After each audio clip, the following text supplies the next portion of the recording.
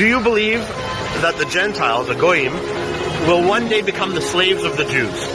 I don't believe it's part of the Torah. אתה חושב שהגויים יהיו עבדים של היהודים יום אחד? אמורים להיות. אוקיי, מה זאת אומרת? כאילו, אמורים להיות? לפי מה שכתוב בתורה, הגויים אמורים להיות העבדים שלנו.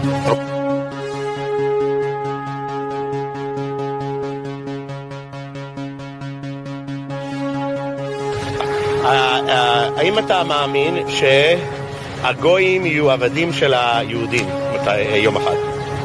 כן, כתוב בתורה.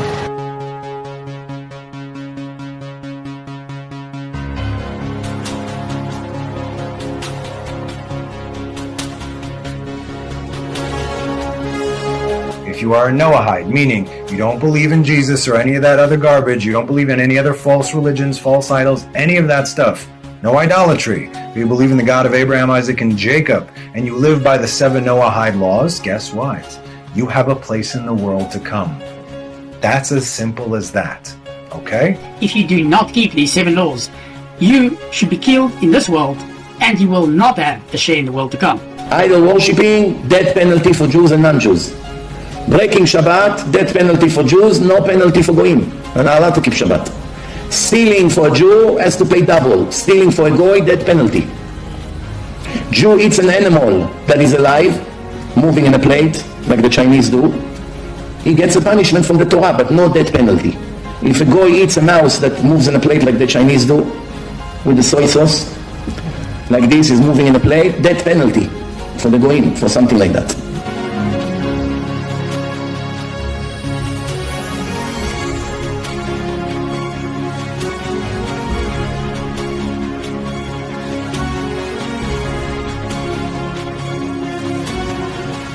Are non-Jews obligated to keep the 7 Noahide laws? Well, the nation of the world, every person in the world has to keep the 7 Noahide laws.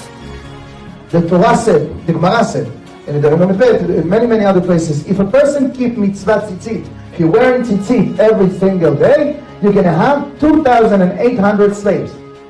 Right? One is going to wash your shoes, one is going to brush your teeth, one is going to brush your hair, one is going to take you an Uber. I mean, we're going to have so many slaves that we don't have to do anything, just to learn Torah.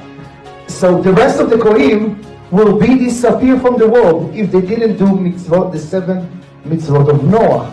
When Mashiach comes, what will happen to those people who are neither Jewish nor Noahide? Atheists, agnostics, Buddhism. Idolaters. Yeah, idolaters, right. So, as we mentioned, what happens? A third of the people die straight away. Poof. Idolaters. So now we're talking about Thanos and the whole thing where you just right, like, exactly. Serious? Are you serious? That's crazy. Like wow. That's it. Now I'm wondering if the people who created that movie were Jewish or not. Who knows? Maybe.